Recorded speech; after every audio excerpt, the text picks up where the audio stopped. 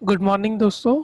आज हम question number 15 से स्टार्ट करेंगे chapter dividend decision.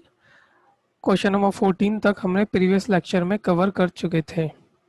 So question number 15, the earning per share of a company is rupees 10 and the rate of capitalisation applicable to it's 10%। जो rate of capitalisation means cost of capital की बात करें K E, वो 10% है। The company has three option of paying dividend. Dividend pay करने के लिए company के पास तीन ऑप्शन है।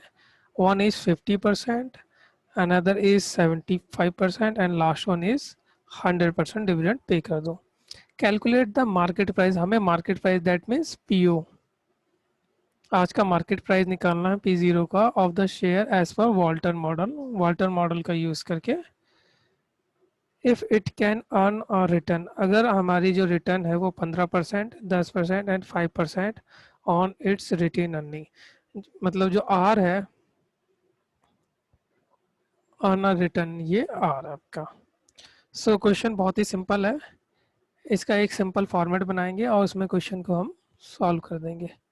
जैसे ये आंसर नंबर 15 में यहाँ से स्टार्ट करता हूँ क्योंकि फॉर्मेट थोड़ा सा बड़ा है इसका।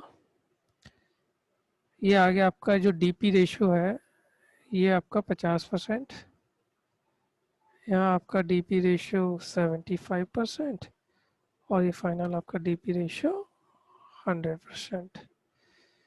ठीक है दोस्तों।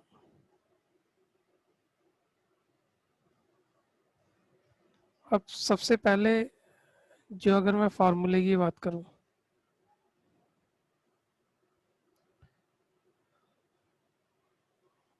सो फार्मूला क्या है हमारा, पीओ निकालने का फार्मूला मैं यहाँ लिख देता हूँ।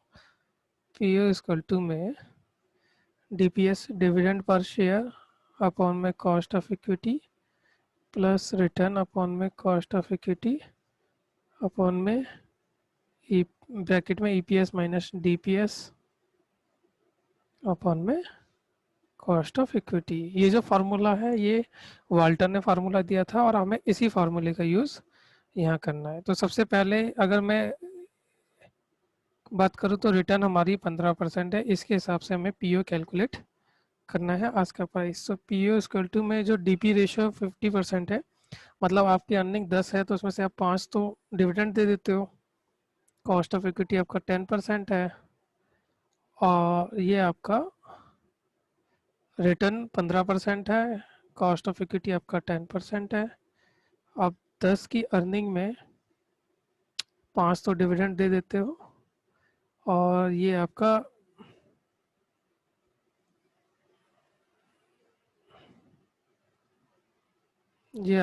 अपॉन में 10% कॉस्ट ऑफ इक्विटी।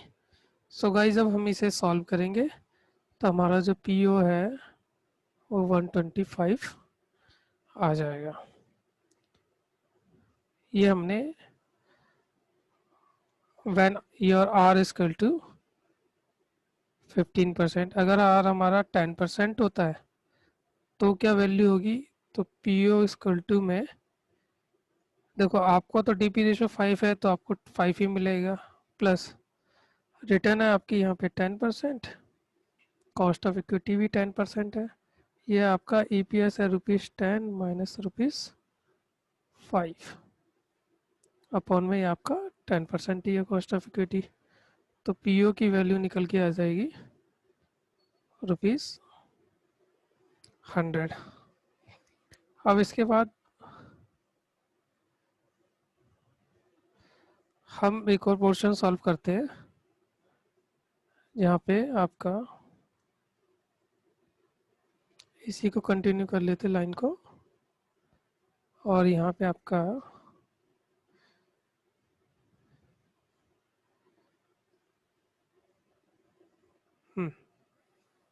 यहाँ पे आर इक्वल टू में है आपका 5%।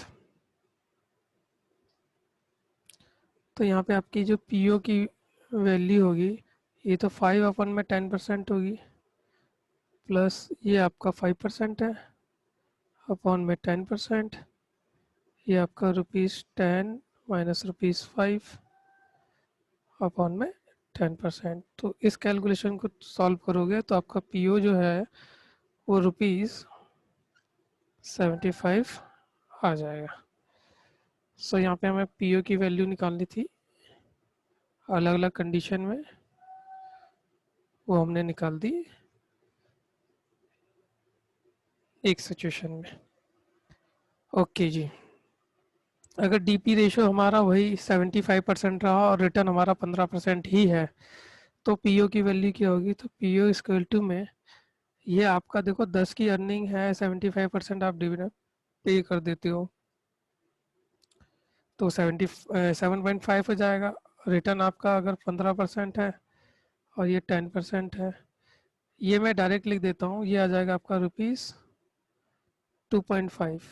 2.5 क्यों आएगा? 10 में से 7.5 गया तो 2.5 और इसका आपका 10%। तो यहाँ जो पीओ की वैल्यू है वो आपकी आ जाएगी 112.5। यही अगर रिटर्न हमारा 10% है तो क्या करेंगे? तो पीओ इक्वल टू में ये तो हमारा बिल्कुल एग्जैक्ट रहेगा 7 प्लस ये आपका 10% हो जाएगा रिटर्न और ये भी आपका 10%। इसका जो मल्टीप्लिकेशन होगा ये 2.5 से होगा और इसका ओवरऑल 10%। तो यहाँ जो पीओ की वैल्यू है दोस्तों वो निकल के आ जाएगी आपकी ₹100। अब इसके बाद हम थर्ड वन कैलकुलेशन में आते हैं,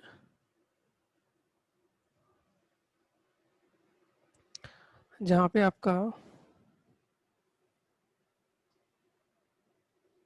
पीओ इक्वल टू में ये तो 7.5 अपन में 10% रहेगा प्लस रिटर्न आपका 5% हो गया है, कॉस्ट ऑफ इक्विटी 10% ही है, ये आपका ₹2.5 ही है और ये आपका 10%। तो ये कैलकुलेशन करके आपका जो पीओ है वो आ जाता है 87.5। सो ये वैल्यू आपकी दो उसकी वैल्यू निकल गई। हम थर्ड की बात करते हैं। अब थर्ड में ऑलमोस्ट सभी का आंसर एक आएगा। अब इस बात को आप समझेंगे कैसे, देखो पीओ इक्वल टू में आपने पूरा का पूरा 100% दे दिया 10%, प्लस में ये रेशो आपका भले ही 15% है अपन में 10%, यहाँ का जो अमाउंट है वो ज़ीरो हो गया। अब ज़ीरो का जो मल्टीप्लीकेशन है ये तो पूरा पोर्शन ही ज़ीरो हो जाएगा, तो इसकी वैल्यू जो आएगी आपकी पीओ की वो आएगी ₹100। और मैं अगर यहाँ की बात करूँ तो यहाँ पे भी 10/10% हो गया आपका और ये आपका 10% है, ये आपका 10%, लेकिन इसका मल्टीप्लिकेशन तो आप ज़ीरो से करोगे तो ये आपका पीओ की वैल्यू जो है ₹100 ही आएगी यहाँ पे। अब थर्ड पॉइंट है, ये भी सॉल्व कर देते हैं, जबकि कैलकुलेशन का कोई वजूद नहीं रहा यहाँ पे भी इसकी वैल्यू, ये आपका 10 ही है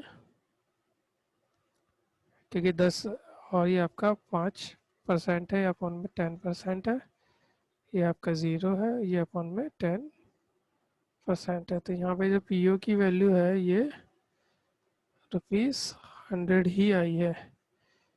सो सो गाइस ये क्वेश्चन नंबर 15 है, बहुत ही सिंपल क्वेश्चन था, बस कैलकुलेशन थोड़ी सी ज़्यादा थी।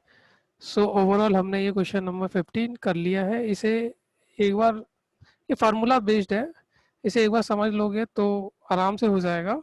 और कॉम्प्लेक्स इसलिए हो जाता है क्योंकि कैलकुलेशन इसके अंदर कम से कम हमें 9 कैलकुलेशन करनी होती है। सो यहाँ पे गाइस हमारा क्वेश्चन नंबर 15 कंप्लीट होता है। क्वेश्चन नंबर 16 पे आते हैं दोस्तों। X Limited has an internal rate of return, means R is equal to में आपका 20% है। It has declared dividend declare किया है 18% on equity share having a face value of ₹10 each। Okay जी, द पे आउट रेशो कितना, dividend pay out ratio कितना है 13%। जितना भी डिविडेंड 10 आपका डिविडेंड डिक्लेयर करती है उसका पे आउट रेशो हो जाता है 36%। मतलब कि कंपनी डिविडेंड जो देती है 18%, वो अपने आप में 36% है। ये अभी आपको समझ में आ जाएगा। फिर प्राइस अर्निंग रेशियो इज 7.25। जो प्राइस अर्निंग रेशियो है क्वेश्चन का 7.25 है। Find out the cost of equity. Question के अंदर कॉस्ट ऑफ इक्विटी मांगा है according to Walton model and hence determine the limiting value of its share in case of payout ratio is varied as per said model। सो यहाँ पे हमारा question number 16 answer start होता है। Answer number 16, first of all आप ये देखिए कि आपकी फेस वैल्यू कितनी है। फेस वैल्यू है ₹10 और जो डिविडेंड देना है कंपनी को इस फेस वैल्यू का 18% देना है। 18% दैट मीन्स कि ₹1.8 देना है। और डीपी रेशियो, जो डीपी रेशियो है क्वेश्चन में वो है 36%। दैट मीन्स कि जो ईपीएस है कंपनी का, अर्निंग पर शेयर, आपने जितना भी डिविडेंड दिया है उसे अगर मैं डीपी रेशियो से डिवाइड कर दूं सो ये आपका 1.8 है और ये डीपी रेशियो आपका 36%। तो आपका ईपीएस निकल के आ जाएगा 5। की कंपनी की अर्निंग तो 5 होती है जिसमें से 1.8 कंपनी पे कर देती है। अच्छा, ईपीएस दे रखा है। अब हम यहाँ पे ईपीएस है हमारे पास, प्राइस अर्निंग रेशियो भी है, वो कितना है 7.25 है। तो आप कहीं ना कहीं एमपीएस निकाल सकते हो। एमपीएस इक्वल टू में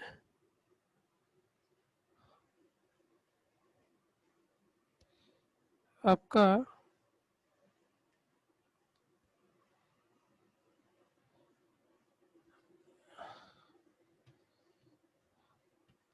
7.25 इंटू में 5,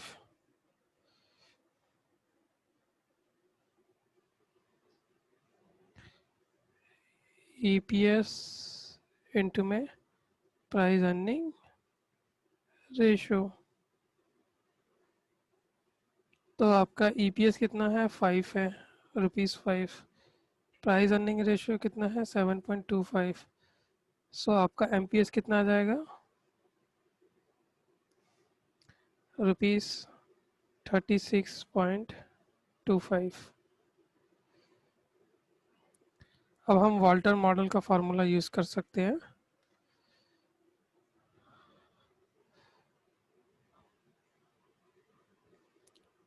एज पर वाल्टर मॉडल, देखो क्वेश्चन ने कहीं ना कहीं हमें मार्केट प्राइस तो दे दिया है। तो पीओ इक्वल टू में डीपीएस अपॉन में कॉस्ट ऑफ इक्विटी प्लस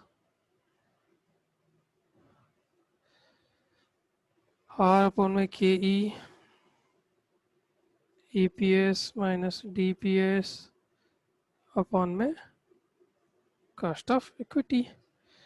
अब आपका पीओ कितना है, हमारा जी पीओ है आपका 36.25 और डीपीएस है ₹1.80। कॉस्ट ऑफ इक्विटी आपका क्वेश्चन में हमें निकालना है। अगर रेट की बात करूं तो ये आपका 20% है। कॉस्ट ऑफ इक्विटी हमें निकालना है। ईपीएस आपका ₹5 है जबकि डीपीएस आपका 1.80 है अपॉन में कॉस्ट ऑफ इक्विटी। जब इस कैलकुलेशन को पूरा हम करेंगे दोस्तों तो हमारी जो इक्वेशन बनेगी वो बनेगी ₹36.25 कॉस्ट ऑफ इक्विटी की power 2 minus 1.80 cost of equity minus 0.64 equal to में 0। जब ऐसी इक्वेशन बन जाएगी तो इसमें आपको इसको ए, इसको बी और इसको सी मान लीजिएगा। और इस इक्वेशन से निकलने के लिए एक मैथमेटिकल फार्मूला होता है जिसे हम डायरेक्ट इसमें लगा सकते हैं। कॉस्ट ऑफ इक्विटी माइनस का बी, यहाँ प्लस माइनस रखना, अंडर रूट में बी का स्क्वायर माइनस 4ac अपॉन में 2a। अब देखो बी तो आपका, ये माइनस का सिंबल तो है, बी आपका ऑलरेडी माइनस में है, ये आपका प्लस माइनस अंडर रूट में माइनस में 1.80 का स्क्वायर माइनस में आपका 4a कितना है 36.25 और c कितना है, तो c है माइनस में 0.64। ओके, और 2a 2 ब्रैकेट में 36.25, सिंपल। तो ये आ गया आपका 1.80 और इसकी भी कैलकुलेशन करोगे तो ये 9.8 आ जाएगा अपॉन में 72.50। सो ये बन जाएगा आपका 1.80 प्लस 9.80 इक्वल टू में ₹11.60 अपॉन में ₹72.50। तो यहाँ पे आपका ये आ जाएगा 16% कॉस्ट ऑफ इक्विटी। ये आपका डिवाइड बाय 27.50 इंटू में 100, 11.60 डिवाइड बाय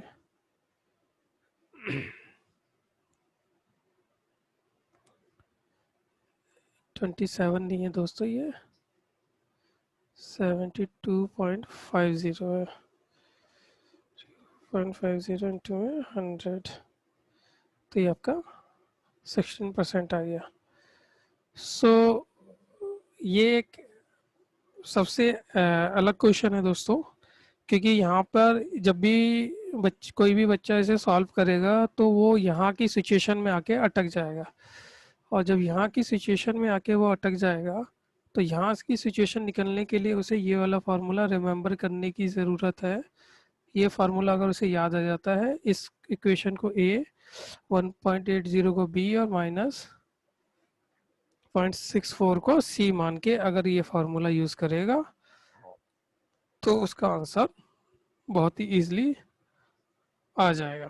सो गाइस, यहाँ पे क्वेश्चन नंबर 16 अच्छा क्वेश्चन है, ये कंप्लीट होता है।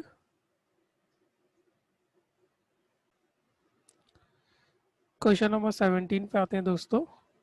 The following information is collected from the annual report of J limited, जहाँ प्रॉफिट बिफोर टैक्स कितना है 2.5 करोड़, टैक्स रेट है आपका 40%, रिटेंशन रेशो आपका 40% है, मतलब डिविडेंड पे आउट रेशो आपका 60% है, नंबर ऑफ शेयर आउटस्टैंडिंग आपके 50 लाख है, और कॉस्ट ऑफ इक्विटी आपका 12% है, और रिटर्न रिटर्न आपका 15% है। What should be the market price, market price पूछा है क्वेश्चन ने, per share according to Gordon model of dividend policy. So यहाँ पे हम आंसर नंबर 17 स्टार्ट करते हैं। बेसिक क्वेश्चन है जहाँ पे आपको अर्निंग की बात करें तो अर्निंग जो है वो है 2.50 करोड़, जिसमें से टैक्स जो है एट द रेट 40% लग जाता है। तो अर्निंग आफ्टर टैक्स जो है वो हो गया आपका, ये 1 करोड़ के अराउंड लग जाता है, तो ये आपका हो गया 1.50 करोड़ आपकी ये अर्निंग है। तो मैं यहाँ से ईपीएस निकाल सकता हूँ। ईपीएस इक्वल टू में 1.50 करोड़ अपॉन में नंबर ऑफ शेयर 50 lakhs। सो जो ईपीएस निकल के आया, वो ईपीएस निकल के आया 3, और रिटेन अर्निंग 40% है, तो डीपीएस कितना हो गया हमारा, डीपीएस जो हो गया वो 60% हो गया, मीन्स 1.80 आपका ये डीपीएस हो गया। तो ईपीएस और डीपीएस तो हमारे क्वेश्चन में निकल गए। अब हमें गॉर्डन फार्मूला लगाना होगा। गॉर्डन मॉडल, इसमें एक चीज़ और रह गई है दोस्तों, वो कैलकुलेट कर लेते हैं। और यहाँ पे आपका ग्रोथ जो है बी इंटू में आर, बी है आपका रिटेंशन रेशियो, रिटेंशन रेशियो है आपका 0.40, और रिटर्न जो है वो आपका 15% है। सो ये आपका आ जाएगा, ग्रोथ है वो आपकी 6% ग्रोथ आपकी आ जाएगी, क्योंकि 15% का 0.40 करोगे तो आपका ग्रोथ 6% आ जाएगी। अब आप गॉर्डन फार्मूला लगा सकते हो। गॉर्डन मॉडल जो कि कहता है पी ओ इक्वल टू में D1 अपॉन में कॉस्ट ऑफ इक्विटी माइनस जी, जहाँ पे आपका डिविडेंड जो है ईयर एंड में 1.8 आया था, कॉस्ट ऑफ इक्विटी आपका 12% क्वेश्चन में दे रखा है, ग्रोथ हमने 6% निकाल ली है। सो पीओ की वैल्यू आपकी निकल कर आ गई ₹30।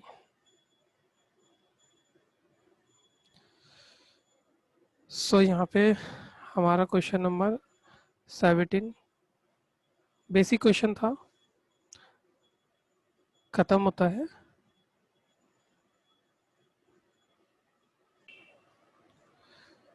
क्वेश्चन नंबर 18 पे आते हैं दोस्तों। Question number 18, mister A is contemplating purchase of 1000 equity share of a company. 1000 equity share purchase करना चाहते हैं किसी कंपनी के। उनकी एक्सपेक्टेशन है, हिज एक्सपेक्टेशन ऑफ रिटर्न, मतलब कि अगर वो कंपनी में शेयर खरीदते हैं तो रिटर्न इज 10% मिल जाएगा उन्हें before tax by way of dividend with the annual growth of 5%। तो उनकी जो एक्सपेक्टेशन है वो कॉस्ट ऑफ इक्विटी होगी कि जो भी इन्वेस्टमेंट करेंगे उसका उनको 10% का रिटर्न मिल जाएगा before tax. The companies last dividend, जैसे ही अगर ये लास्ट डिविडेंड की बात कर रहे हैं, ये आपका D0 है, इस 2 पर शेयर है। Even as he is contemplating, mister A suddenly find due to budget announcement dividend, जो डिविडेंड है have been exempt, dividend exempt from the tax in the hand of the recipient। Dividend जो है वो recipient के hand में exempt हो गया है, but the imposition of dividend distribution tax on the company is likely to lead, जिससे क्या हुआ, to fall in the dividend, dividend जितना देना था उसमें गिरावट आ गई, कितने से आ गई, 20 पैसा पर शेयर, मतलब 0.20 से गिरावट आ गई। और एज मार्जिनल टैक्स रेट कितना हो गया, 30% की कंपनी अब उस पर टैक्स रिटर्न जो है आपका जो 10% था वो घटकर टैक्स मार्जिनल टैक्स की वजह से 7% ही रह गया, क्योंकि पहले ही आपका बिफोर टैक्स था। required. Calculate what should Mr. A estimate of the price per share before and after the budget announcement. Budget announcement के बिफोर और आफ्टर आपको price of the share calculate करना है. सो यहाँ पे आंसर नंबर हम 18 start करते हैं. पहला तो प्राइस कैलकुलेट करना है आपको बिफोर बजट. अब बिफोर बजट में आपका जो पीओ है स्केल टू में D0 1 प्लस का ग्रोथ अपॉन में कॉस्ट ऑफ इक्विटी माइनस का ग्रोथ. अब D0 तो आपका 2 है ही, 1 प्लस का ग्रोथ कितना है इसमें 0.05 अपॉन में cost of equity. Cost of equity पहले कितना है बिफोर बजट 10% और अब कितना ग्रोथ है 5%. तो ये जो कैलकुलेशन करोगे बिफोर बजट तो शेयर का जो प्राइस है वो आएगा 42. अब बात कर लेते हैं आफ्टर बजट की. ये पहला पार्ट हो गया. यहाँ हम दूसरा पार्ट कर लेते हैं आफ्टर बजट अनाउंसमेंट. अब पीओ इक्वल टू में फार्मूला तो आपको यही लगाना है 1+G cost of equity minus का ग्रोथ. अब देखो ये तो गाइस आपका जो डिविडेंड है ये 1.80 हो गया. पहले 2 था 0.20 से गिर गया. 1 प्लस ग्रोथ ग्रोथ आपकी 0.05 है अपॉन में कॉस्ट ऑफ इक्विटी. पहले कॉस्ट ऑफ इक्विटी आपका 10% था बिफोर टैक्स बट एज के ऊपर मार्जिनल टैक्स रेट लग रहा है 30% का. तो अब जो उसकी रिटर्न है वो 10% से ना होकर अब उसकी रिटर्न 7% की हो गई है और ग्रोथ आपका वही 5%. तो इस अकॉर्डिंग आपकी जो वैल्यू ऑफ द कंपनी है वो ₹94.5 आएगी.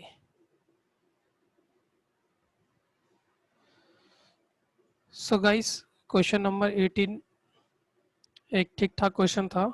सो क्वेश्चन नंबर 18 भी कंप्लीट होता है यहाँ हमारा. क्वेश्चन नंबर 19 पे आते हैं दोस्तों. A firm had been paid a dividend at ₹2 per share last year. जैसे ही लास्ट ईयर आएगा ये समझ लेना ये डिविडेंड आपका D0 है. The estimated growth of the dividend from the company is estimated to be 5% per annum. जो estimated growth है वो 5% की है. फिर नहीं बोल रहा है क्वेश्चन में आगे determine the estimated price of the equity if the annual growth rate of the dividend rise to 8% or falls to 3%, and also find out the present market price of the share given that the required rate of return of equity investor का जो required rate of return है that is cost of equity वो 15.5% है. So answer number 19 start करते हैं. अलग अलग condition दी है ऑल दो बहुत ही सिंपल क्वेश्चन है. यहाँ पे आपको पीओ निकालना है D0 1 प्लस ग्रोथ अपन में कॉस्ट ऑफ इक्विटी माइनस का जी. अब D0 आपका 2 है, ग्रोथ जो है 1 प्लस 0.5 अपन में कॉस्ट ऑफ इक्विटी आपका 15.5% है माइनस का 5% की ग्रोथ है. तो यहाँ जो पीओ निकल के आएगा आपका आएगा ₹20. इफ क्वेश्चन में अलग रिक्वायरमेंट है. If dividend growth rate is 8%, अगर वो 5% से 8% हो जाए देन पीओ इक्वल टू में आपका डिविडेंड डिविडेंड तो यहाँ पर टू है ही, ये 1+8% हो जाएगा, अपॉन में आपका ये 15.5% है, -8% हो जाएगा। सो इस कैलकुलेशन को आप सॉल्व करोगे तो आपके जो पीओ की वैल्यू है 28.80 आ जाएगी। इसके बाद मैं थर्ड पॉइंट की बात करता हूँ। क्वेश्चन ने क्या चेंज किया है, if if growth rate is 3%, then PO equal to में, अभी 2 1 प्लस ये आपका 3% हो गया, और ये आपका 15.5% माइनस का 3%। सो इस कैलकुलेशन से आप सोल्व करोगे तो ये आ जाएगा ₹16.48। तो पीओ की वैल्यू ग्रोथ रेट के अकॉर्डिंग चेंज होती रहेगी, ऑल दो पैटर्न और फार्मूला सेम ही है। 0.05 कह लो या फिर 5% बातें की है। तो यहाँ पर हमारा दोस्तों क्वेश्चन नंबर 19, जो कि बहुत सिंपल क्वेश्चन था, कंप्लीट होता है। क्वेश्चन नंबर 20 पे आते हैं guys. The following information is given for Q B limited. जो अर्निंग पर शेयर है वो आपका 12 है, और डिविडेंड पर शेयर आपका ₹3 है। कॉस्ट ऑफ द कैपिटल आपका 18% है। इंटरनल रेट ऑफ रिटर्न आपका 22% है। रिटेंशन रेशो आपका 75% है, मतलब डिविडेंड जो है पे होता है वो 25% का आपका डिविडेंड पे हो जाता है। क्वेश्चन पूछ रहा है calculate the market price per share using Gordon model and Walter model. So answer number 20 solve करते हैं हम। सबसे पहले हम गॉर्डन मॉडल का यूज़ करते हैं। गॉर्डन्स मॉडल, इसमें मार्केट प्राइस निकालना है D1 में कॉस्ट ऑफ इक्विटी माइनस का G। यहाँ पे अगर D की बात करें तो डिविडेंड पर शेयर 3 है, कॉस्ट ऑफ इक्विटी क्वेश्चन में 18% दे रखा है, ग्रोथ नहीं दे रखी है। ग्रोथ निकालने का फार्मूला होता है रिटेंशन रेशो इंटू में internal rate of return. Retention ratio आपका 75% है, उसका हम इंटरनल रेट ऑफ रिटर्न आपका 22% है, निकालेंगे तो ये आ जाएगा आपका 16.5%। तो यहाँ पे जैसे 16.5% करेंगे, हमारे पी यू जो market price of the share है ₹200 आ जाएगा। ये तो बात होगी गॉर्डन मॉडल की। अब बात करते हैं दोस्तों वाल्टर मॉडल के अकॉर्डिंग, जहाँ पर क्या है पी ओ इक्वल टू में DPS में cost of equity plus internal rate of return में कॉस्ट ऑफ इक्विटी, EPS माइनस DPS में कॉस्ट ऑफ इक्विटी। यहाँ पे जो डिविडेंड पर शेयर है ये आपका ₹3 है, कॉस्ट ऑफ इक्विटी आपका 18% है, plus internal rate of return आपका 22% है, कॉस्ट ऑफ इक्विटी 8% है, EPS ये आपका ₹12 है, और DPS आपका ₹3 है, तो 9 आ जाएगा, और ये आपका कॉस्ट ऑफ इक्विटी 18% है। सो गाइज ये आपका हो गया 16.67 प्लस 61.11। तो आपका जो मार्केट प्राइस आएगा निकल कर वो आएगा 77.78। सो क्वेश्चन नंबर 20 भी गाइस काफ़ी इजी और अच्छा क्वेश्चन था। सो हमारा क्वेश्चन नंबर 20 भी यहाँ पर कंप्लीट होता है। क्वेश्चन नंबर 21 पे आते हैं guys. X limited has 8 lakh equity share outstanding at the beginning of the year. The current market price, देखो करंट मार्केट प्राइस दे रखा है आपको, पीओ कितना है 120 है। Board of the director of the company is contemplating ₹6.4 पर शेयर एज डिविडेंड। तो आपको डिविडेंड भी दे रखा है 6.4 का। The rate of capitalisation appropriate to risk class to which the company belong is 9.6। जो आपका कॉस्ट ऑफ इक्विटी है वो दे रखा है आपका 9.6। Based on approach calculate the market price of the shares of the company when dividend is declared और dividend is not declare. तो पहला पार्ट सॉल्व करते हैं। अच्छा क्वेश्चन है दोस्तों ये। आंसर नंबर 21 का पार्ट ए का ए, व्हेन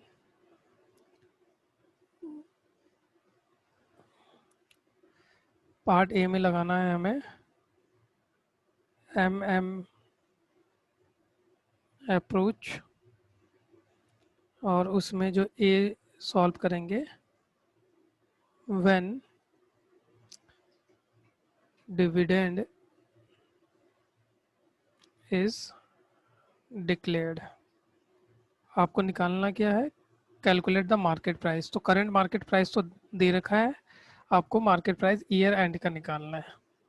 तो इसका फार्मूला क्या होता है, P0 इक्वल टू में P1 प्लस D1 अपॉन में 1 प्लस कॉस्ट ऑफ इक्विटी की पावर 1। अब आपको P0 तो क्वेश्चन में दे रखा है ₹120, और P1 की बात करें तो P1 निकालना है आपको, D1 आपको ₹6.4 क्वेश्चन में दे रखा है। 1 प्लस कॉस्ट ऑफ इक्विटी जो है आपका 0.096 है, इसकी पावर 1। सो इसे गाइस सॉल्व करेंगे तो हमारा price at the year end आ जाएगा ₹125.12। सो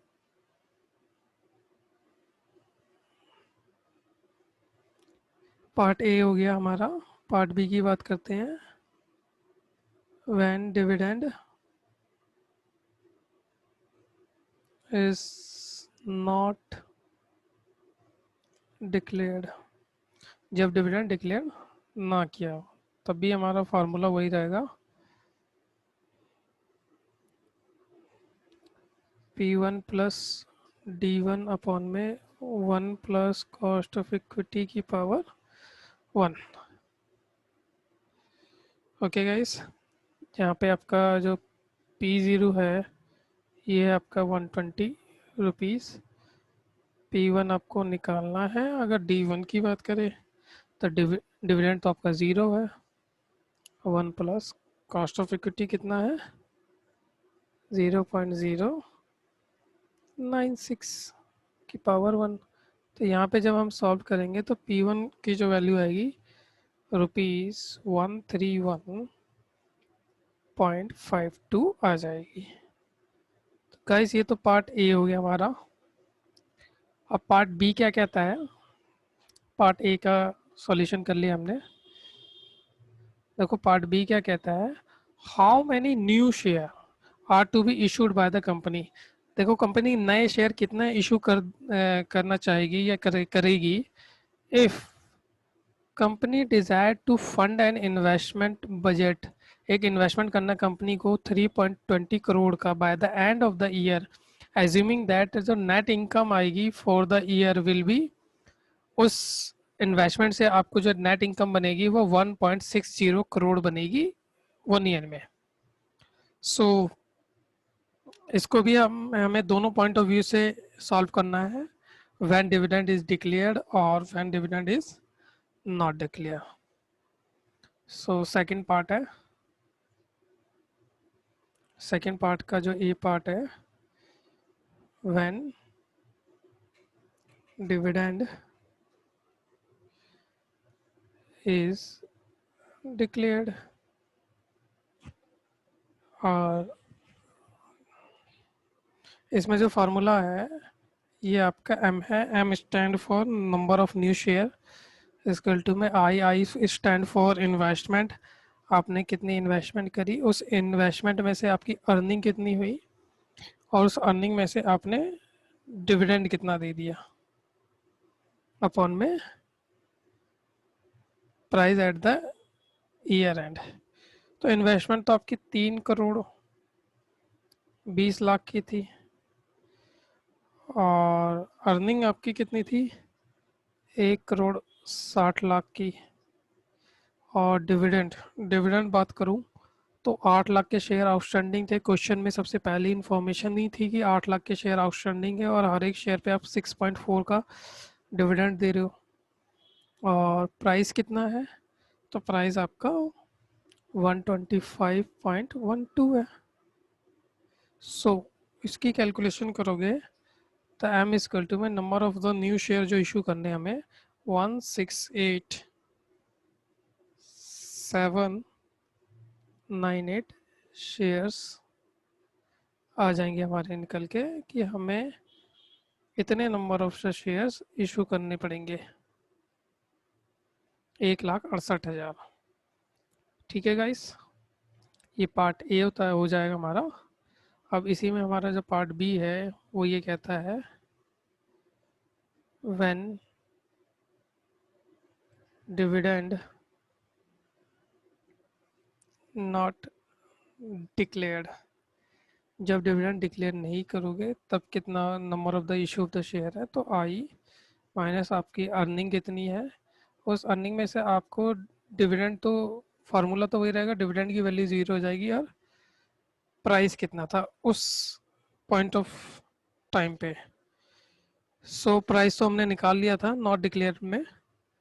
तो आपकी अगर मैं इन्वेस्टमेंट की बात करूँ तो वो 3 करोड़ 20 लाख है, और जिसमें से अर्निंग की बात करूँ तो वो 1 करोड़ 60 लाख है, और उसमें से मैं माइनस कर दूँ नंबर ऑफ द शेयर पे कितने डिविडेंड दिए हैं, तो ये तो है आपका 0। और इसका जो मार्केट प्राइस निकाला था हमने वो 131.52 निकाला था। सो इसके अनुसार जब ये कैलकुलेशन करेंगे तो हमारा आ जाएगा एम इसकल टू में नंबर ऑफ शेयर 1,21,655 शेयर्स। तो नंबर ऑफ द शेयर्स हम इशू करेंगे 12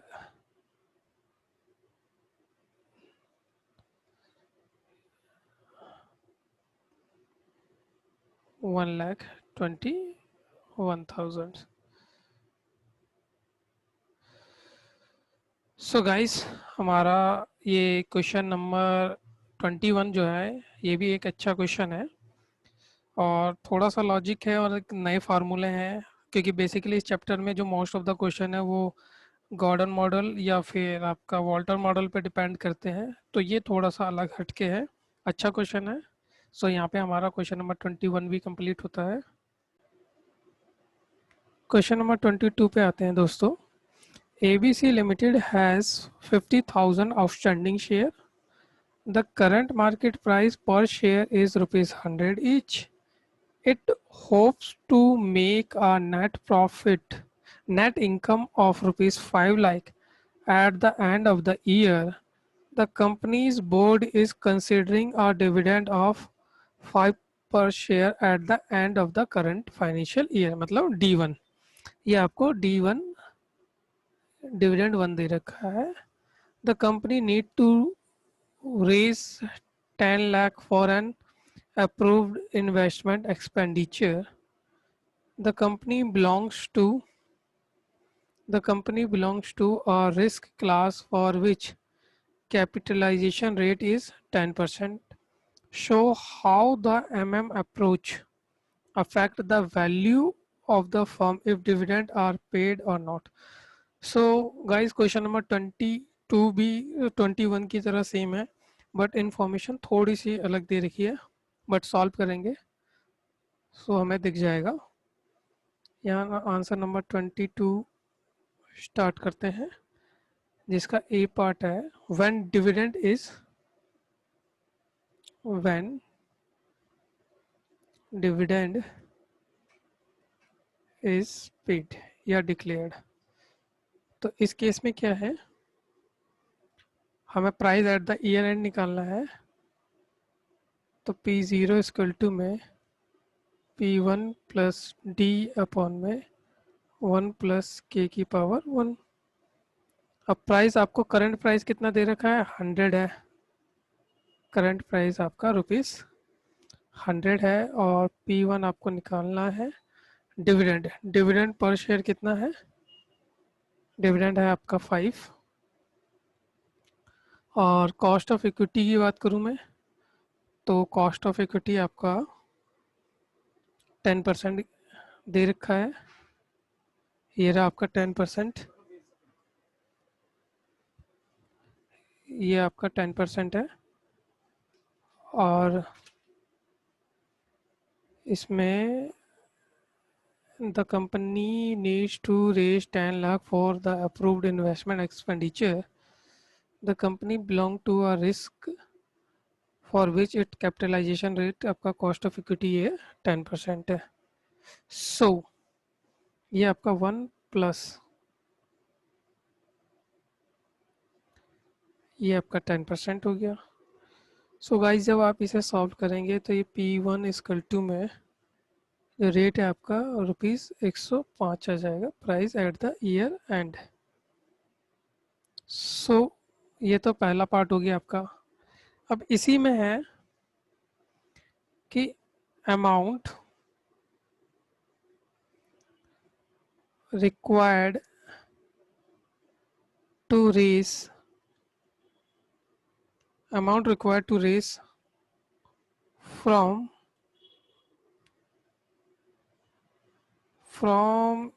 इशू ऑफ न्यू शेयर्स।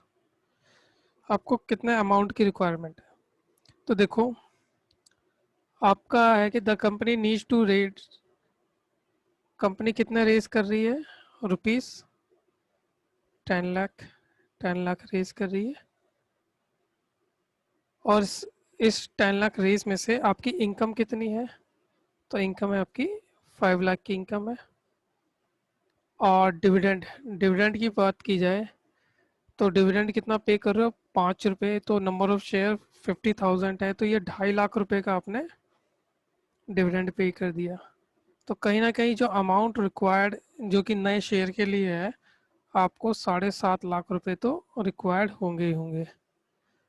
और ₹7.5 लाख आप जो इशू करोगे,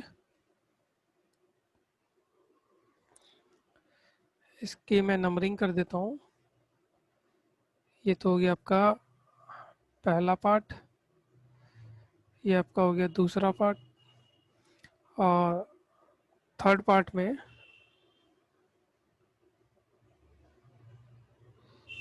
number of additional share to be issued, number of additional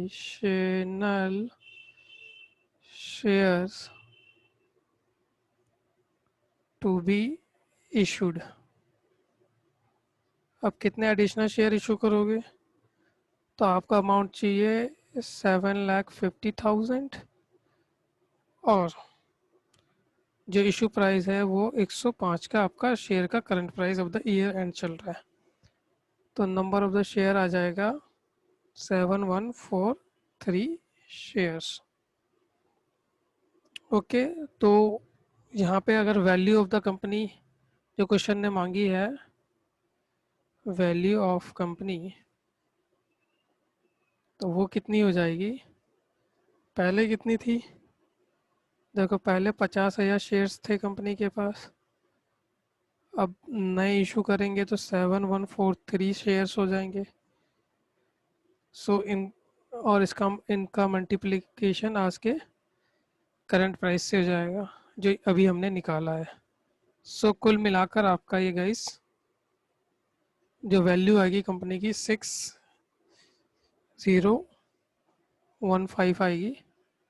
60,50,000 company की वैल्यू आ जाएगी। अब पार्ट बी देखते हैं जिसका पहला वो है when dividend is not declare. When dividend is not paid, जब डिविडेंड पेड नहीं किया है तो प्राइस पर शेयर निकालना है आपको। तो P0 इक्वल टू में आपका P1 प्लस D1 अपॉन में 1 प्लस कॉस्ट ऑफ इक्विटी की पावर 1। आपका प्राइस निकालना है, डिविडेंड आपने पे नहीं किया है, 1 प्लस ये आपका 10% है और पीओ आपका 100 रुपीज़ है। सो यहाँ पे गाइस जो हमारा प्राइस निकल के आएगा P1 price at the year and वो आएगा ₹110। ओके, अब सेकंड में कि कितना अमाउंट रिक्वायर्ड होगा हमें ये नया न्यू शेयर के लिए। तो amount required to be raised from issues of new shares. So ये कितना होगा, ये है आपका 10 लाख का और 10 लाख का तो आपकी इन्वेस्टमेंट हो गई और आपकी इनकम होगी इसमें से 5 लाख की। तो आपको अमाउंट चाहिए नेट 5 लैक्स। किस 5 लैक्स की आपको अमाउंट रिक्वायर्ड है। So third one, number of additional share issued, number of additional shares to be issued equal to में रुपीस आपका 5 लाख जो कि आपको रिक्वायर्ड है और प्राइस है आपका 110। सो ये आ गया आपका शेयर आ गया आपके 4545 नंबर ऑफ शेयर्स। अब यहाँ पे आप वैल्यू ऑफ ABC लिमिटेड निकाल सकते हो। तो इसमें 50,000 तो शेयर आपके पहले हैं प्लस 4545 शेयर्स आपके नए इशू हो गए और प्राइस आपने लिखा 110। तो आपकी वैल्यू ऑफ द कंपनी हो गई ₹59,950। तो मोर और लेस दोनों कंपनी की वैल्यू जो है वो सेम ही है, अप्रोक्सीमेशन का फ़र्क आ रहा है। सो यहाँ पे हम कंक्लूजन ये देंगे, hence under both the situation, under both situation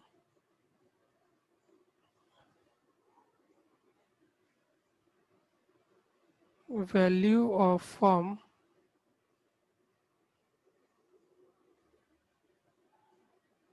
will be same. दोनों सिचुएशन में वैल्यू ऑफ द फर्म क्या है हमारी सेम है।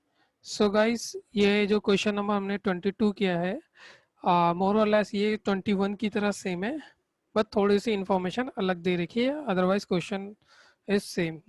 सो यहाँ पे हमारा क्वेश्चन नंबर 22 भी कंप्लीट होता है। क्वेश्चन नंबर 23 पे आते हैं दोस्तों। क्वेश्चन नंबर जो 23 है ये भी सेम एज क्वेश्चन नंबर जो 22 है अभी हमने किया था। उसी की तरह सेम है, अगर हम 22 कर लेंगे तो 23rd भी हो जाएगा। अब आते हैं क्वेश्चन नंबर 24 पे आते हैं दोस्तों। क्वेश्चन नंबर 24 है ये सेम एज क्वेश्चन नंबर 21 की तरह है, बट ये इम्पोर्टेंट क्वेश्चन है इस टाइप के, तो इसको एक बार और कर लेते हैं तो हमारी अच्छी खासी प्रैक्टिस हो जाएगी। R Limited has a capital of rupees 10 lakh in the equity share of rupees 100 each. The share are currently quoted at par. Current market price 100 रुपये है और करंटली शेयर जो है वो कोटेड एट पार पे है। The company propose to declare a dividend of rupees 10 per share at the end of the current financial year. जो cost of equity capitalization risk for the risk class of which the company is belong is 10% है capitalization. What will be the market price of the share at the end of the year. At the end of the year पे मतलब P1 पे market price क्या होगा अगर पहला dividend declare नहीं किया है, दूसरा डिविडेंड डिक्लेयर किया है और तीसरा एक फर्दर रिक्वायरमेंट है। सो यहाँ पे आंसर नंबर हम 24 का पहला पार्ट सॉल्व करते हैं। If dividend is not declare, if dividend is not declared तो करंट मार्केट प्राइस क्या होगा। P0 इक्वल टू में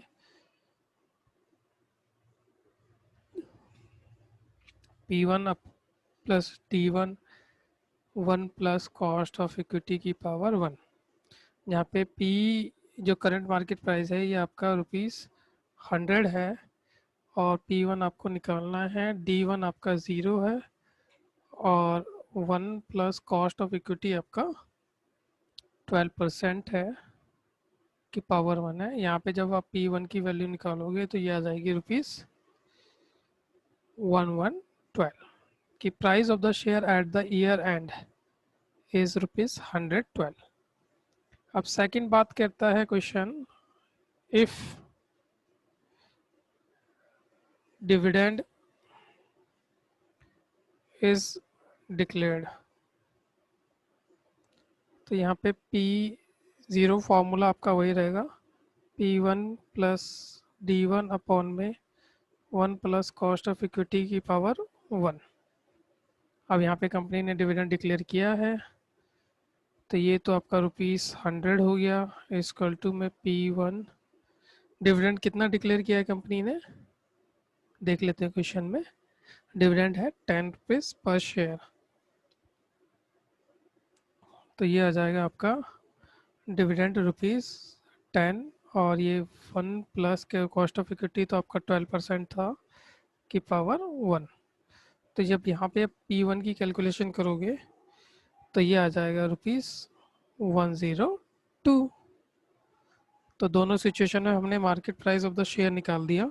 थर्ड सिचुएशन क्या कह रही है क्वेश्चन की, देखो थर्ड सिचुएशन कह रही है एज्यूमिंग दैट द कंपनी पे the dividend and has a net profit of ₹5 lakh and the new investment, जो न्यू इन्वेस्टमेंट कंपनी करना चाहती है वो 10 लाख की है during the period. How many new share must be issue using model. Model बता use करके बताओ कि कितने नए शेयर इशू किए जाए। तो ऐसे क्वेश्चन हमने पहले भी करे थे।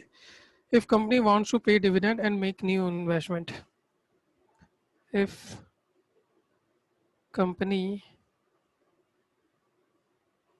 wants to pay dividend and makes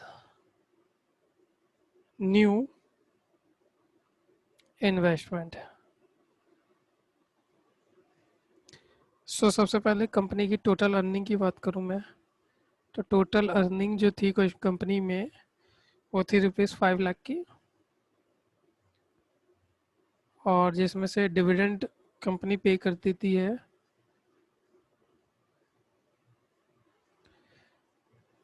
पे कर दिया 1 लाख का, तो कंपनी के पास अर्निंग बची 4 लाख की और टोटल फंड रिक्वायर्ड था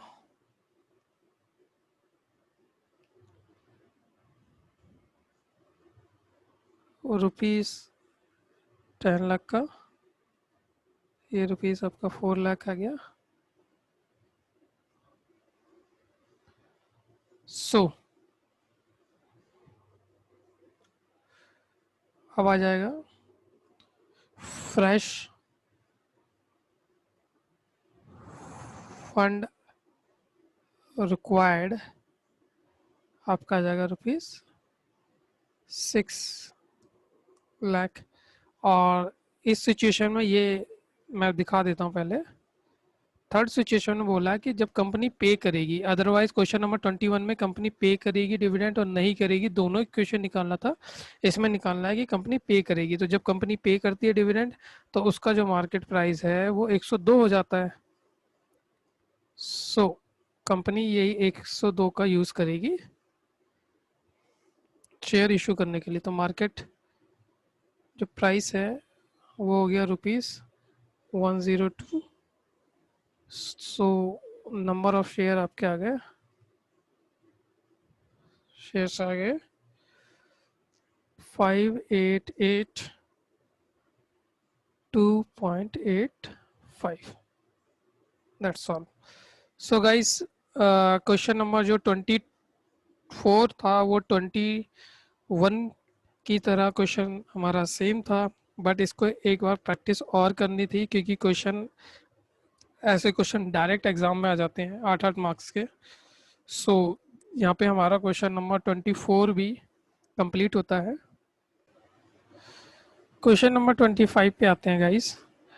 question number 25, in December 2011 AB company's shares was sold for rupees 146 per share, market price है।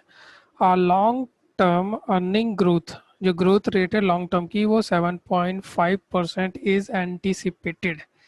अब A B company is expected to pay a dividend, dividend जो पे कर रही है वो 3.36 पर शेयर पे कर रही है।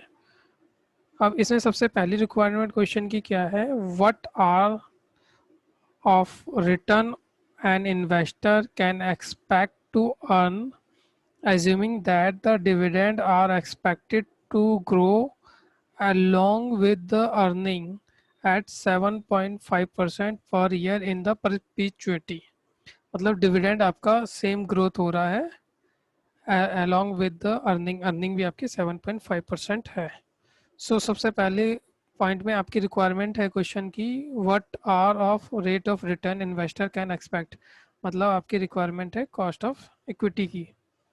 सो गाइस यहाँ पे हम आंसर नंबर 25 का पहला पार्ट सॉल्व कर रहे हैं, जहाँ पे कॉस्ट ऑफ इक्विटी रिक्वायरमेंट है। तो इसका फार्मूला D1 अपॉन में PO प्लस ग्रोथ हो जाता है, जहाँ पे जो डिविडेंड है ईयर एंड में जो पे कर रहे हैं 3.36 पे कर रहे हैं।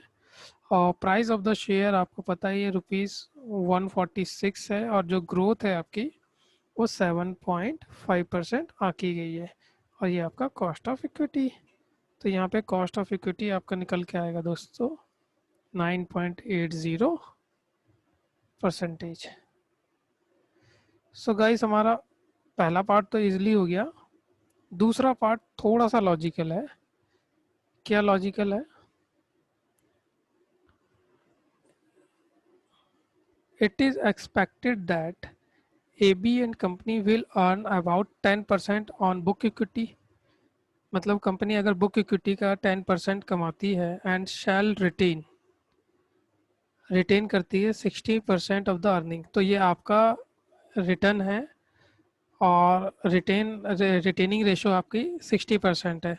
तो डिविडेंड पे आउट रेशो आपका 40% हो गया। In this case whether there would be any change in the growth rate and cost of the equity, मतलब के ई में कोई चेंज आएगा या कोई ग्रोथ रेट में।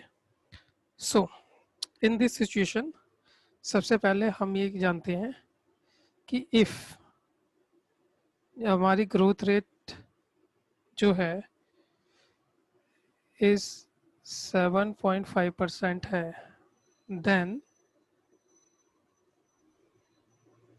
देन फार्मूला आपका होता है G इंटू में B इंटू में R। ग्रोथ तो आपकी 7.5% है। इक्वल टू में रिटेंशन रेशियो आप मानो पहली सिचुएशन में नहीं दे रखी है, और रिटर्न है आपका 10% का। तो इसमें आपकी रिटेंशन रेशियो निकल के आएगी फर्स्ट सिचुएशन में 0.25%, डेट मीन 25% की। आप 25%,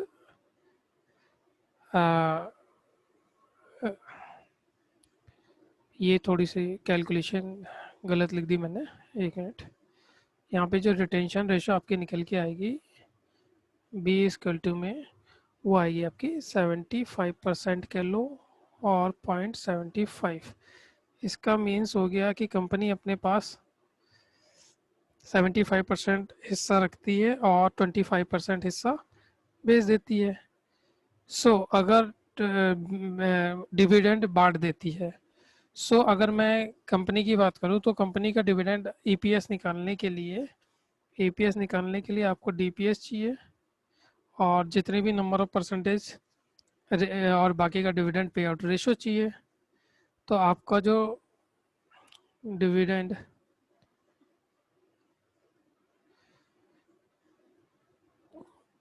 पे आउट रेशो, तो डीपीएस तो आपका था रुपीज़ 3.36 और डिविडेंड पे आउट रेशो आपका पहली सिचुएशन में वो था आपका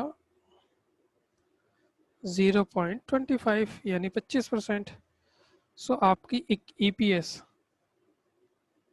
तो आपकी सेम ही रहेगी, तो आपकी ईपीएस आ गई 13.44। ये आपकी पहली सिचुएशन है। अब नाउ इन करंट सिचुएशन क्या हुआ,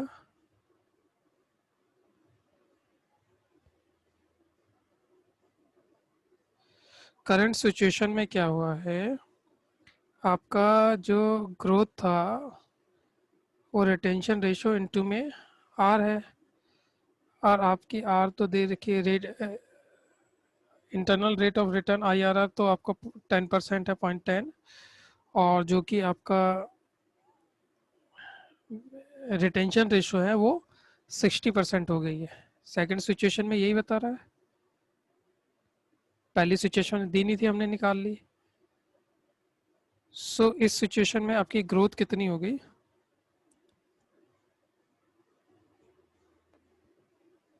ये आपके 60% है, तो ग्रोथ आपके निकल के आ गई 6% की। ओके जी, ग्रोथ पे चेंज पड़ा। ओके, जब आपकी ग्रोथ निकल के आ गई, देन अगर मैं डी वन की बात करूं कि इस केस में आपका डिविडेंड कितना आया, तो डिविडेंड आएगा आपकी जो भी अर्निंग पर शेयर है इनटू में डिविडेंड पे आउट रेशो। तो अर्निंग पर शेयर तो आपकी 13.44 पुराने उससे निकाल ली थी, और डिविडेंड पे आउट रेशो कितना है इस क्वेश्चन, इस सिचुएशन में देखो 60%। तो आपका ये रिटर्न है, ये मैंने थोड़ा आगे पीछे कर लिया, और रिटेंशन रेशो आपकी 60% है, क्वेश्चन में ही दे रखी है। तो ये आपका 60%, रिटेंशन रेशो आपकी 60% है, तो डिविडेंड पे आउट रेशो कितनी होगी, डिविडेंड पे आउट रेशो आपकी रिटेंशन रेशो 60% है, तो डिविडेंड पे आउट रेशो तो आपका 40% होगा। ये यहाँ पे आपका डिविडेंड पे आउट रेशो होगा 40%। तो आपका डिविडेंड जो ईयर एंड पे है वो निकल के आएगा रुपीज़ 5.376। अब आप कॉस्ट ऑफ इक्विटी निकाल सकते हो। तो cost of equity equal to में रुपीज़ 5.376 अपॉन में 146, और यहाँ पे प्लस ग्रोथ कितनी है 6% है, तो यहाँ पे आपकी कॉस्ट ऑफ इक्विटी निकल के आ जाएगी 9.68%। सेकंड पॉइंट है, मैं कह सकता हूँ काफ़ी लॉजिकल है और काफ़ी अच्छा है। सेकंड पॉइंट में क्या है कि कुछ इन्फॉर्मेशन नहीं दी गई है, तो हम क्या करते हैं कि पहले पुरानी इन्फॉर्मेशन से अपनी रिटेंशन रेशो और डिविडेंड पे आउट रेशो निकाल लेते हैं, और डिविडेंड पे आउट रेशो से हम अपना ईपीएस निकाल लेते हैं कि एग्जैक्टली में अर्निंग कितनी है, और उस अर्निंग को करंट सिचुएशन में रखकर उस पर डिविडेंड पे आउट रेशो निकाल सकते हैं। वो 40% है हमारा, तो डिविडेंड निकल गया, हमारे को ग्रोथ भी पता चल गई और इस तरीके से हमारा कॉस्ट ऑफ इक्विटी भी आ गया। तो सेकंड पॉइंट मैं कह सकता हूँ कि थोड़ा सा लॉजिकल है और इम्पॉर्टेंट भी है इस क्वेश्चन का सेकंड पार्ट। सो यहाँ पे गाइस हमारा एक से सेकंड पार्ट को एक बार जरूर प्रैक्टिस कर लीजिएगा। तो यहाँ पे हमारा क्वेश्चन नंबर 25 भी कंप्लीट होता है। क्वेश्चन नंबर 26 पे आते हैं दोस्तों। क्वेश्चन नंबर 26 इंपॉर्टेंट क्वेश्चन है। क्वेश्चन नंबर 26 क्या कहता है, X limited is a shoe manufacturing company है, it is all equity finance and has paid type capital of ₹10 lakh 10 each. That means कि इनके पास 1 लाख के शेयर है outstanding. X limited has hired Swatika consultant to analyse the future earning को analyse करने के लिए इन्होंने हायर किया है। और उन्होंने क्या रिपोर्ट किया, the report of Swastika consultant state as follow, the earning and dividend will grow at 25% for next 2 year. जो अर्निंग है कंपनी की और डिविडेंड है वो तो 25% से ग्रो करेंगे, और उसके बाद earning and dividend are grow at the rate 10% from third year and onward. मतलब थर्ड ईयर और उसके बाद कंपनी की जो ग्रोथ है वो 10% की रहेगी। Further further it if there is reduction in growth rate में कमी आती है, देखो पहले 25% था फिर 10% हो गया। Dividend pay out ratio will increase to 50%। Dividend pay out ratio कितना हो जाएगा, 50% हो जाएगा। The other data related to the company are as follow. Company के अदर ये डेटा दिए हुए हैं जिसमें EPS, net dividend per share और शेयर प्राइस आपको दे रखा है year by year.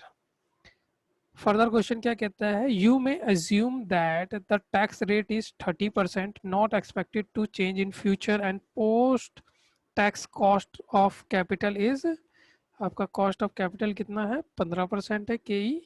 Bye using the dividend valuation model calculated the expected market price कह लो, या एक तरीके से करंट प्राइस, वो निकालना है हमें, और सेकंड निकालना है प्राइस अर्निंग रेशो। सो हम आंसर स्टार्ट करते हैं। क्वेश्चन ठीक ठाक है।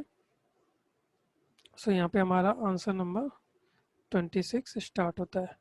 सबसे पहले तो हम फॉर्मेटिंग में आते हैं कि ईयर,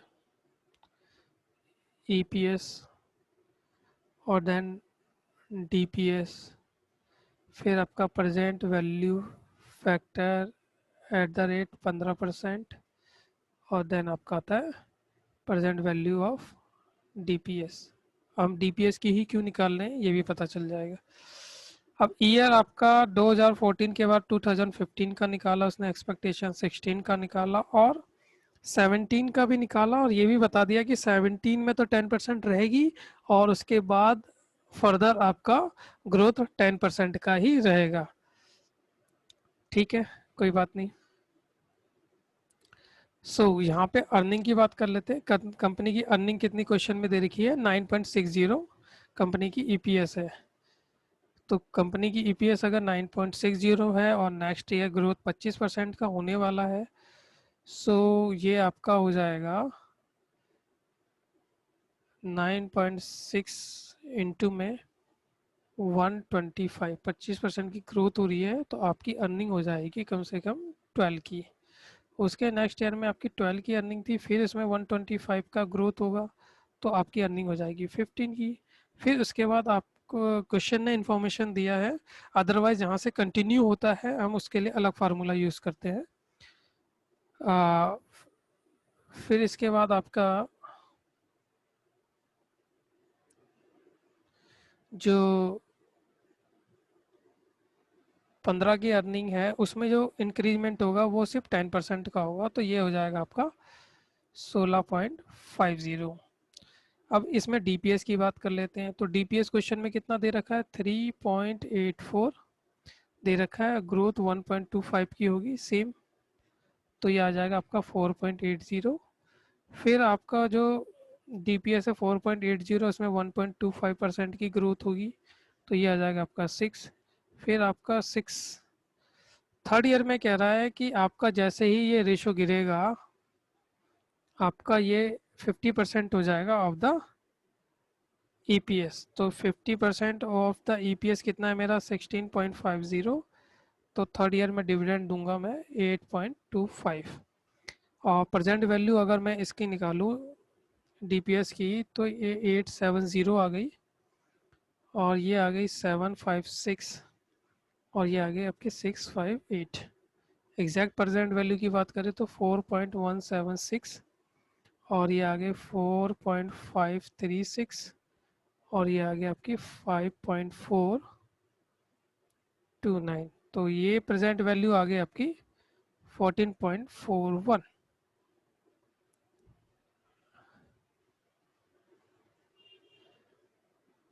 ये आ गया आपका 14.14। ओके, बट हमें क्या है कि प्रेजेंट वैल्यू निकालनी है। तो प्रेजेंट वैल्यू में आपका जितना भी डिविडेंड आता है उसके बाद आपकी जो अर्निंग होती है, तो यहाँ पे प्रेजेंट वैल्यू का फार्मूला आप ऐसे करिए कि ये आपका D1 होता है 1 अपॉन में कॉस्ट ऑफ इक्विटी की पावर 1 होती है। फिर आपका D2 होता है 1 प्लस कॉस्ट ऑफ इक्विटी की पावर 2 होती है। फिर आपका D3 होता है और 1 प्लस कॉस्ट ऑफ इक्विटी की पावर 3 हो गई। फिर यहाँ पे फोर्थ ईयर में क्या हो रहा है कि कंटिन्यू है फोर्थ ईयर से, ऑल्दो ये तो 2017 से भी कंटिन्यू है, बट क्वेश्चन ने कहा कि 10% होने के बाद कंटिन्यू है। तो जिस ईयर में आपका कंटिन्यू है उस ईयर में आपका जो फार्मूला होता है वो डिविडेंड तो आप फोर्थ का ले लेते हो, और इसको डिवाइड करते हो cost of equity minus growth से, और इसको जो कन्वर्ट करोगे वो कन्वर्ट याद रखना 1 प्लस कॉस्ट ऑफ इक्विटी की पावर यहाँ पे 4 ना आके 3 आएगी, क्योंकि यहाँ से ये कंटिन्यू हो रहा है। ठीक है दोस्तों, सो डिविडेंड बेस पे अब हमने इनकी तो वैल्यू निकाल रही है, इन तीनों की वैल्यू मिला के आपकी आ गई 14.14, प्लस अगर डिविडेंड 4 की बात करूं मैं, तो ये आपका लास्ट डिविडेंड था 8.25, इसमें ग्रोथ होगी आपकी 1.10 की, और आपका कॉस्ट ऑफ इक्विटी ये आपका 15% है, और ग्रोथ आपकी 10% की है। और इसको जो आप मल्टीप्लाई करोगे, ये कॉस्ट ऑफ इक्विटी 1 अपॉन में 1 प्लस 15% की पावर 4, डैट मीन्स कि ये आपका रुपीज़ 14.14 प्लस ये आपका हो जाएगा 9.075 अपॉन में 5%, और ये वैल्यू आ जाएगी 0.658। ये वैल्यू आपकी यही है, थर्ड ईयर की ही वैल्यू लेते हैं हम। ये सिक्योरिटी एनालिसिस में ये बात आपको बेहतरीन समझ में आएगी। ये वाला पार्ट ये रहा आपका। सो गाइस, इसकी कैलकुलेशन को जब आप करोगे तो present value of the share है वो आ जाएगा ₹133.57। ये तो हो गई पहले पार्ट की बात। अब सेकंड पार्ट में क्वेश्चन ने क्या पूछा है? Price earning ratio. तो प्राइस अर्निंग रेशियो में आपका क्या है? एक्सपेक्टेड मार्केट प्राइस अपॉन में earning per share. Expected market price कितना निकाला हमने? 133.57 अपॉन में ईपीएस कितना है हमारा क्वेश्चन में? 0.960। अर्निंग पर शेयर, हमारा अर्निंग पर शेयर अभी तक का 9.60 था। तो आज का हमारा जो प्राइस अर्निंग रेशियो आज के प्राइस पे 13.91 आ गया। सो गाइस, क्वेश्चन नंबर 26 बहुत इंपॉर्टेंट है। आप अगर इसके इस कॉन्सेप्ट को समझ जाओगे जो कि सिक्योरिटी एनालिसिस का है, तो आपको ये क्वेश्चन बहुत ही आसान लगेगा। सो गाइस यहाँ पे हमारा क्वेश्चन नंबर 26 भी कंप्लीट होता है।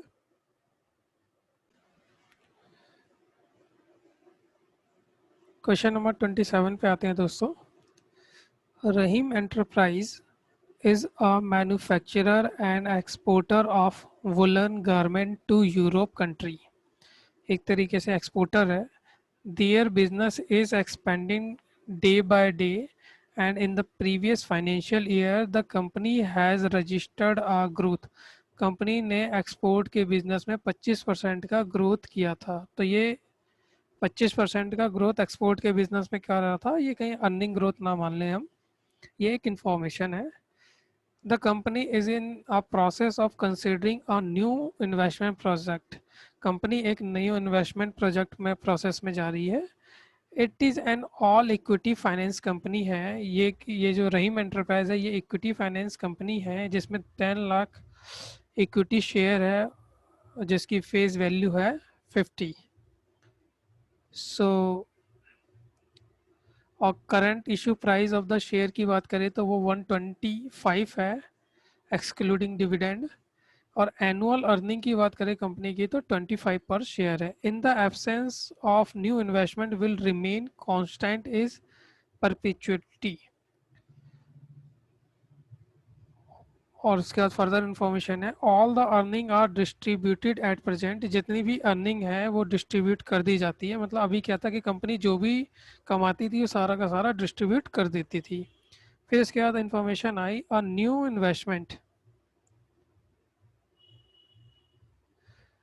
इस लाइन का मीनिंग क्या हुआ, in the absence of new investment will remain constant in perpetuity. Means कि कंपनी ने नई इन्वेस्टमेंट करी नहीं जिससे ये हर साल ₹25 पर शेयर कमाते रहे, इससे ज़्यादा इन्होंने ग्रोथ नहीं करी।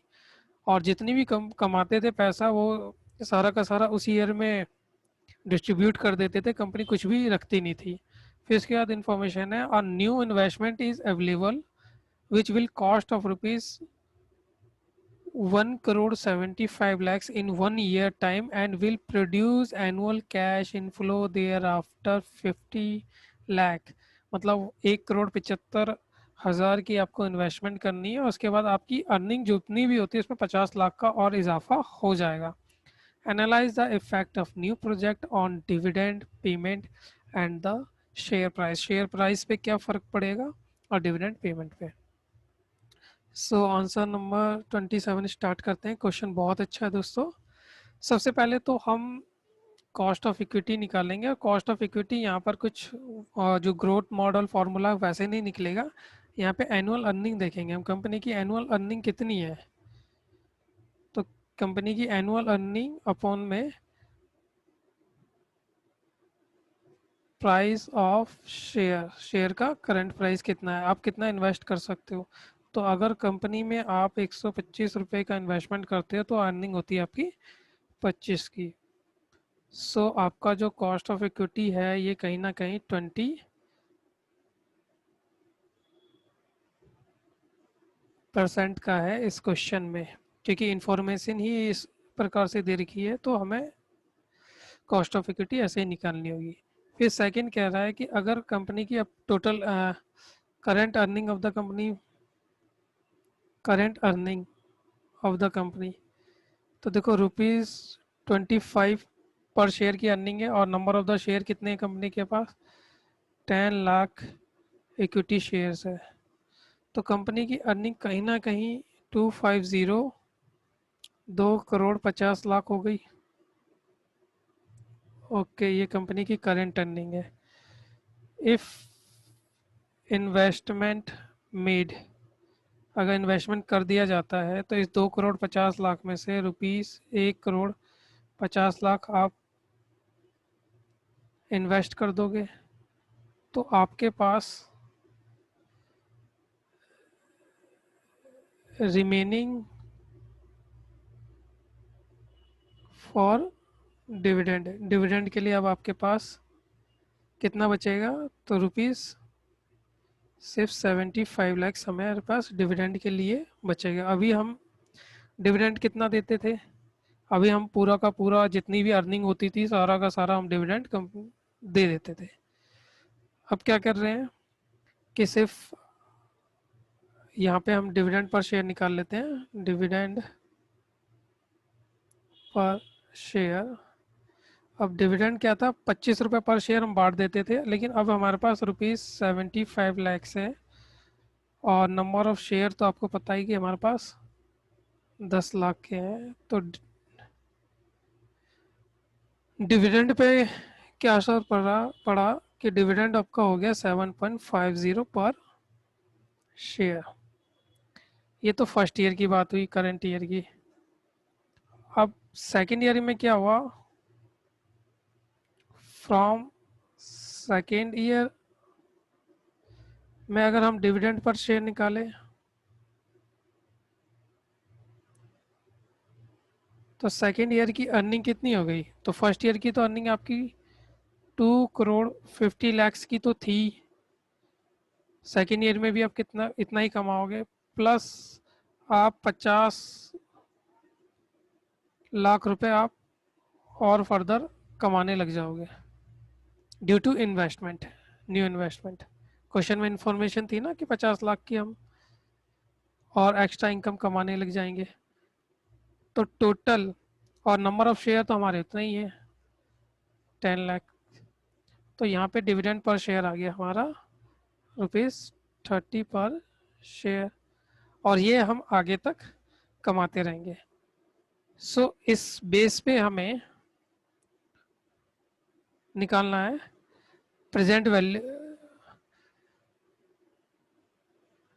द न्यू शेयर प्राइस निकालना है कि शेयर का न्यू प्राइस कितना हो जाएगा। Can be calculated by finding the present value of the revised dividend payment. अब रिवाइज डिविडेंड में क्या हुआ है कि आप जब भी प्रेजेंट वैल्यू निकालते हो तो फार्मूला होता है D1, पहले का 1 प्लस कॉस्ट ऑफ इक्विटी की पावर 1, फिर ड्यू टू सेकेंड ईयर का 1 प्लस कॉस्ट ऑफ इक्विटी की पावर, यहाँ पे पावर तो 2 जाएगी लेकिन इसी ईयर से कंटिन्यू हो गया है, इसलिए इसमें power cost of equity minus की ग्रोथ हो जाएगी। तो आपका डिविडेंड कितना है, 7.50।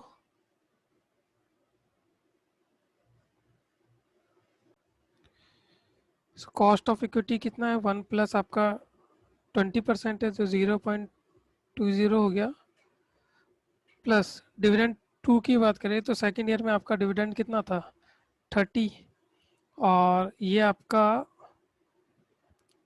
1 प्लस 0.20 हो गया, प्लस कॉस्ट ऑफ इक्विटी तो आपका 20% था और ग्रोथ क्वेश्चन में दे नहीं रखी है। सो गाइस जब इसकी कैलकुलेशन करोगे ग्रोथ, यहाँ पे वो कंपनी की एक्सपोर्ट की ग्रोथ मत डाल देना कि 25% हुआ है तो यहाँ पे 25% डाल देते हैं, ग्रोथ रेट यहाँ पे नहीं दिया हुआ है, तो ये आपको 20% से डिवाइड होगा। सो इस कैलकुलेशन को आप करोगे तो आपकी P0 में ₹131.25 पर शेयर आ जाएगा। तो शेयर का जो प्रेजेंट प्राइस हो गया वो ₹131.25 हो गया। सो गाइस क्वेश्चन नंबर 27 एक अच्छा क्वेश्चन है।